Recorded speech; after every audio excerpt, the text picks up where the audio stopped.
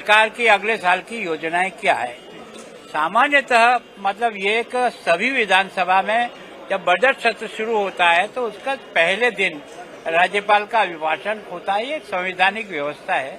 उसी के तहत आज मेरा जो है बजट सत्र जो शुरू हो रहा है पंजाब विधानसभा का, उसका पहले दिन मुझे इस अभिभाषण के रूप में पढ़ना था।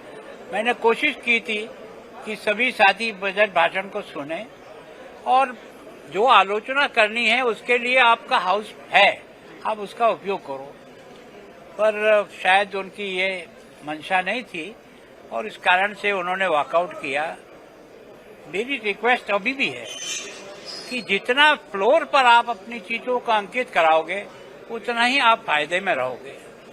अगर फ्लोर का उपयोग आपको अपनी बात को रिकॉर्ड कराने में नहीं किया तो इसमें नुकसान आप ही का होगा।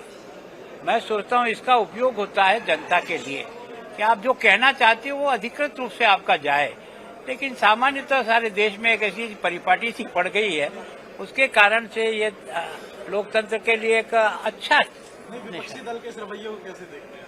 देखो, मैं सोचता हूँ ऐसे नहीं है। जैसे कई बार हम भी विपक्ष में रहे हैं तो हम लोग भी इसी प्रकार का काम कर जाते हैं कई बार, पर मैं सामान्यतः विधानसभा में लगभग 40 साल रहा हूँ। मैंने हमेशा अपनी पार्टी को इस बात के लिए अग्री किया कि ऐसी कोई समस्या जो भयंकर ही आ गई हो कि वो बात अलग है, बाकी सुनना चाहिए और सुन करके कम से कम जब वापस जवाब दोगे आप इस राज्यपाल के अभिभाषण पर जो चर्चा होगी उसमें आप अपनी बात को बहुत मजबूती से रखो, उसकी आलोचना करो, रिकॉर्ड पर लाओ, जनता को पहुंचाओ, ये तो हो सकता है। सर, एक अदरसों आपका अंदर हुआ था, आप पिछले 1 साल मानसा की जो सरकार है, इस सरकार की कारगुजारी को कैसे देखते हैं? देखो, मैं सोचता हूँ कि जैसे नशा मुक्त है, मैंने भी यहाँ की समस्या को बहुत ही नजदीक से जाकर के एरिया में देखा और सरकार ने भी मार्च से लेकर के मार्च 25 से जो प्रयास किया है और जिस प्रकार का काम किया है उसका असर मैंने विलेज कमेटी की बैठकों में भी वहाँ के गांव के लोगों से सुना है कि जिस प्रकार से पहले खुलेआम बिकता था, हर जगह और हर गली में दिखाई देता था, उस पे कमी आई है, इसमें कोई दो राय नहीं। और मैं सोचता हूँ कि केवल मार्च से लेकर दिसंबर तक 31,000 FIR दर्ज होना, ये अब तक का किसी स्टेट का रिकॉर्ड नहीं होगा जो पंजाब ने इसको किया है। लगभग 41,000 लोगों को अरेस्ट किया है।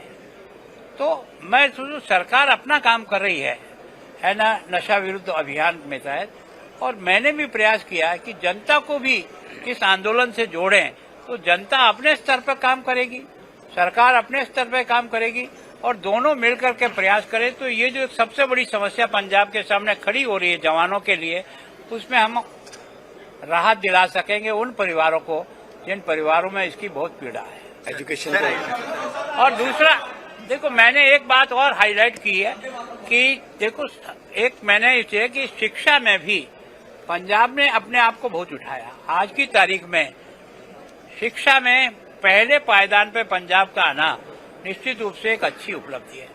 जहां वंदे मातरम कह रहा, तो मैंने आपसे भी आग्रह किया है कि अब सरकार ने सभी जगह पैटर्न बदला है।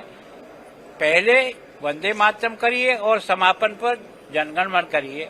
तो मैं सोचता हूं कि एक तरह से सब जो आंदोलन, जिस आंदोलन के आधार पर देश आजाद हुआ है, उनका मेन मेट्रो तो वंदे मातरम का गीत ही था, जिसके कारण से उन्होंने अपने आप को कुर्बान किया।